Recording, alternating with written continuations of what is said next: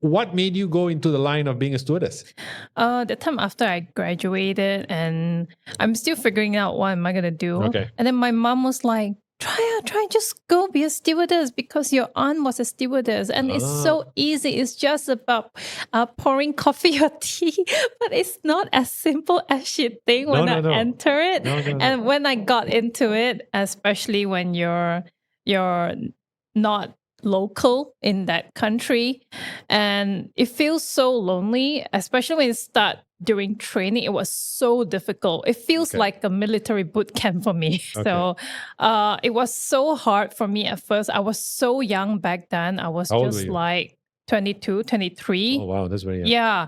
I really didn't step into the society that time. What's a working world be like? So when I was doing training, and it was so difficult. And the first thing is when you get into the first flight and your name is actually, there's a probation right there. And probation starts for punching bag as well. As for us junior crew, we just got told off so much by the senior, by the ranking crew.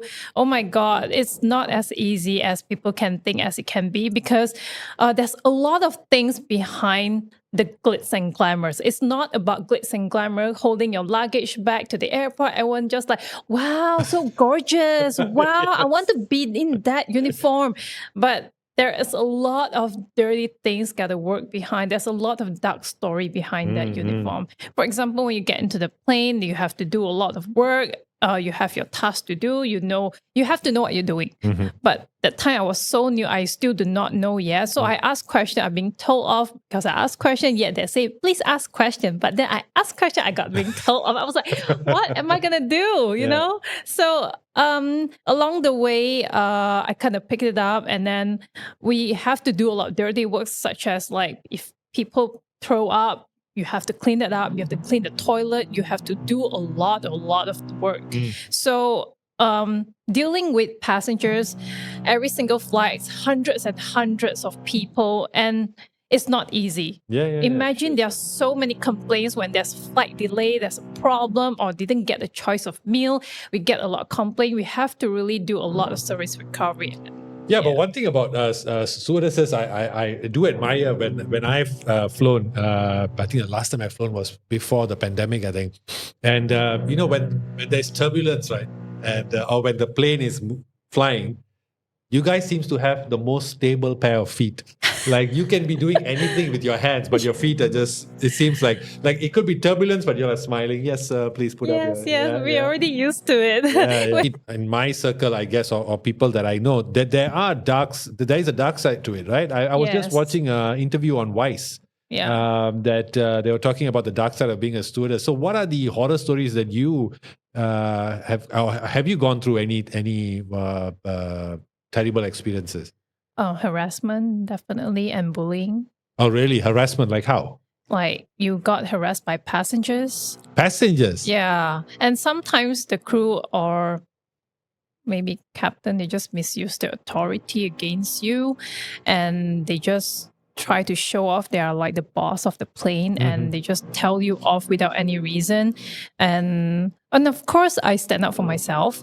At the end of the day, I launch a complaint, an email, and the company actually called the captain to the office. So I felt so good about that. I mean, I wrote a really long email that time. So I'm thinking that doesn't mean that I'm the junior crew means it's easy for you to just push me around, you know. Of course. And then harassment by the passenger. Sometimes they got a bit tipsy. They just kind of touch you.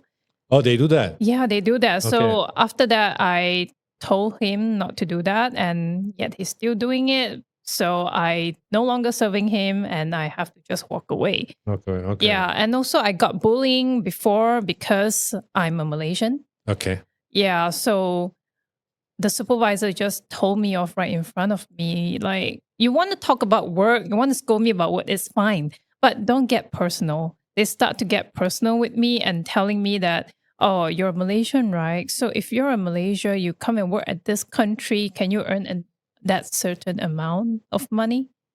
So I was like, I can't even talk back because that time I was really junior. If I talk back, they will say I'm defensive because he called all of the ranking crew go around him, surround him, and he just tell me off and pointing fingers right at me, just blah blah blah blah blah, just like that. And he did say that, you know what?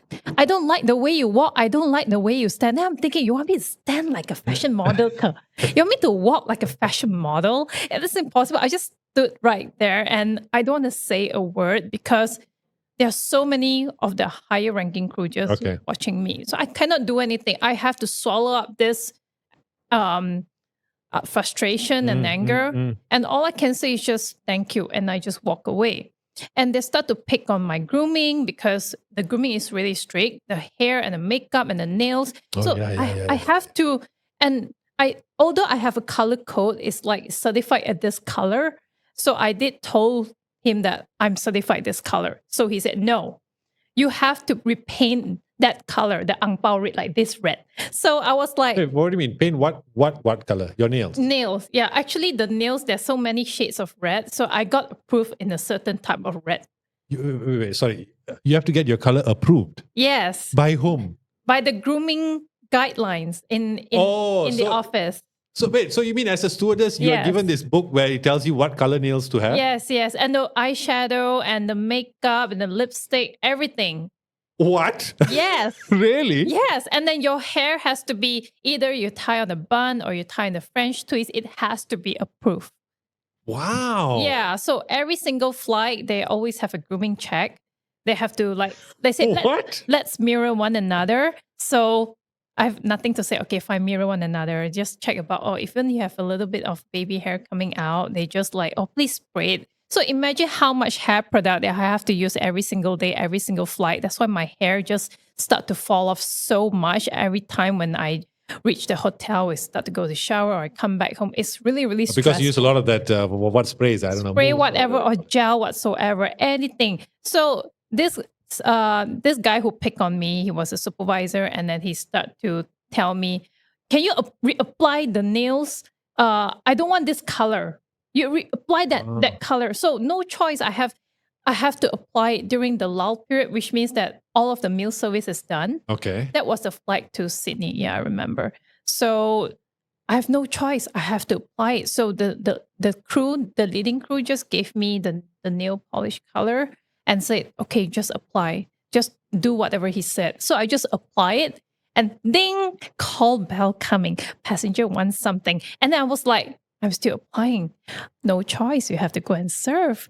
I was like, oh, Elaine, go.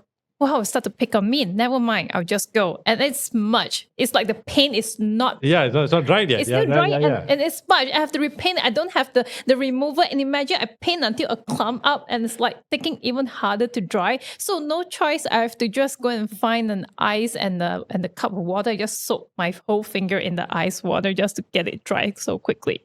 Wait, you can dry nail polish like that?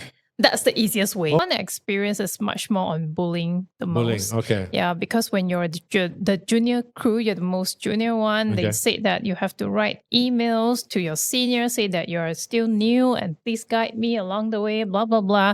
And when you're going to drink your water, you have to offer them first before you drink, regardless how thirsty you are. And before you have your meal, even how hungry you are, you cannot dig in first. If you dig in just like that, they're like, did I tell you to eat first? Did you offer your senior? Did you offer whoever comes into your galley? It's just like a guest into your house. Do you offer your guest first before you eat? Wow, I've been told off like that. So, but you were a stewardess for what, 8 years? 5 years. 5 years, sorry, total, 5 years. So is this a norm in the industry? I mean, have you had maybe your juniors or your colleagues tell you the same thing? They've gone through the same thing? Back in the days, that time was like 2011 I joined. That time was it was the culture. It's like they follow the hierarchy. It's very hierarchy. Oh, hierarchical system. Yeah, hierarchy. Like when you're the junior, you have to do whatever the junior's supposed to do. And as time goes by, I think now it's kind of different. I'm not sure about now. Since I left quite a long time ago. And last time it was even harder, as I heard. Okay. Oh, Yeah. wow. Okay. So the culture of this is still ongoing. I heard it's still there Mhm. from some of my friends. They're still flying, but of course, I'm not sure about this one they've encountered. You have to offer your senior or whatever. I think times has changed though. Hopefully. My Yeah. goodness. I didn't know that there was a color code for your nails. Yeah, there That's is. amazing. It's still the color code is still there. It's still there. Okay. Yeah. Okay. So how long is how long is the training that you go through before you become a certified stewardess? Or At least 3 months, 3 to 4 months about that. And then it's good to know swimming as well, because if you do not know how to swim, the water is like a pool, and that pool there's a real wave. So during you have to swim in your course with the uniform. with the uniform. Yeah, you have to jump in from, it's like a mock-up plane, Okay. jump down. And for those people who are so afraid of water, I remember my batch girls like, oh no. And then the trainer was like, you all don't cha-cha here, cha-cha there. It's like, cha-cha, come in. And Okay. so I'm not afraid of water because I know how to swim. Thank Okay. God that I learned swimming before I became a crew. Mm. So this is what my aunt told me. You need to learn how to swim, because back in my aunt days, it's like our mother's days that they joined during the time. They really must know how to swim before you really get this job. If you don't know how to swim, you're not qualified. But now times has changed. You don't know how to swim. It's okay. There's a life vest on your neck. You can actually float. At least you float and you kick a little bit. It's fine. But that time I know how to swim, so it's okay for me. I'm just thinking, like if I think about all the stewardess outfits, right? Because guys being guys, right? If you look at a mask, for example, it's very snug. It's very tight. Right. So how do swimming, you need to. They have to like tie up the kabaya in a way like a short skirt. But you know what? Funny? You have to wear a shorts inside. We know there's a wet run. Wet run means it's just a safety. Wet run means it's pull time. Oh, okay. It's Yeah. full time. Okay, Yeah. got you. Dry run means there's no pull time. You just Okay. do the slide coming down. Okay. Yeah, like the evacuation slide. Okay, cool, Yeah, cool. yeah. My goodness. So wow, really? whenever I got recalled, because every year you have to recall back to do the safety emergency Okay. classes. So when I know I see wet run, oh no, pull again. Yeah. My goodness. Yeah. So what made you leave then? Leave the job of being a stewardess? The time I really have so much things going on, and the time my mom was ill, so Okay, sorry. I have to go back and take care of her. And I felt that whenever I leave, I'm not in Malaysia, and I didn't have a chance to come back home. I miss festive season, I miss birthdays, I miss all of these days. It's very hard to get a day off, very hard to apply the leave, especially Chinese New Year, Christmas. It's very difficult. You have to bid for that. And sometimes we have to swap our flight, and then we still need to top up some money just to get the off days. So Top up some money. yeah, that's how the crew earn money. Yeah. If let's say, I have this flight, but you have the off day, hey, we change. And she said that, okay, then you top up some money for me. I was thinking, okay, you already have this flight and you already earn the allowance and you want to get money for it. But I was so desperate to get that off day. So it's okay, just take Man, it. it's the airline, the stewardess industry sounds like a mafia industry. Like there's so many things I never knew. Actually, a lot of things we need to do. Not just for this part, we miss a lot of occasion. Let's say, for example, our relatives, it's not immediate family. If immediate family, you can be excused. Like, let's say your relative, my auntie passed away or so, I cannot come back. If my grandparents, I cannot come back.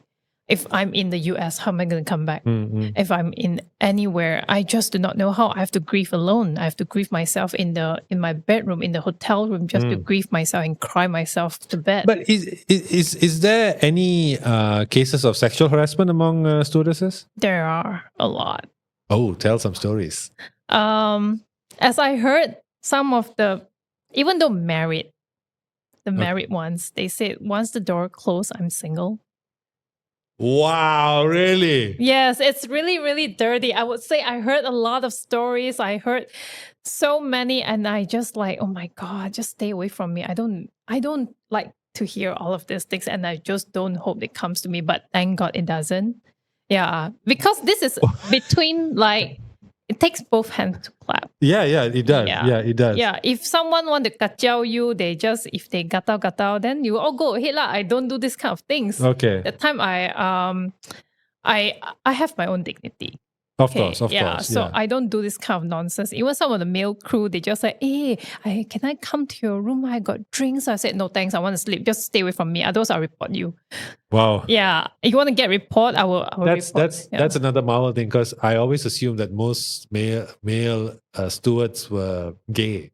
No, not all. Not all. Okay. Yeah, some are straight. And that time I was very young, of course, gonna approached by all of these guys, and of course I see like pilots. Is that pilots? That time not really, but more of the other male crews. Yeah. Oh, the male crew. Yeah, but of course I say no because I don't want all of this. I say I'm gonna report you if you're gonna just go anywhere further, because I hate all of these things. Okay, my goodness. Yeah. Wow. And then being a crew is not easy. Some people will say that there was once, like a few months ago, I was thinking I want to just go and apply for a job, and then this friend of mine say that, hey, you know what? If I want to hire you, of course I want to see the skill.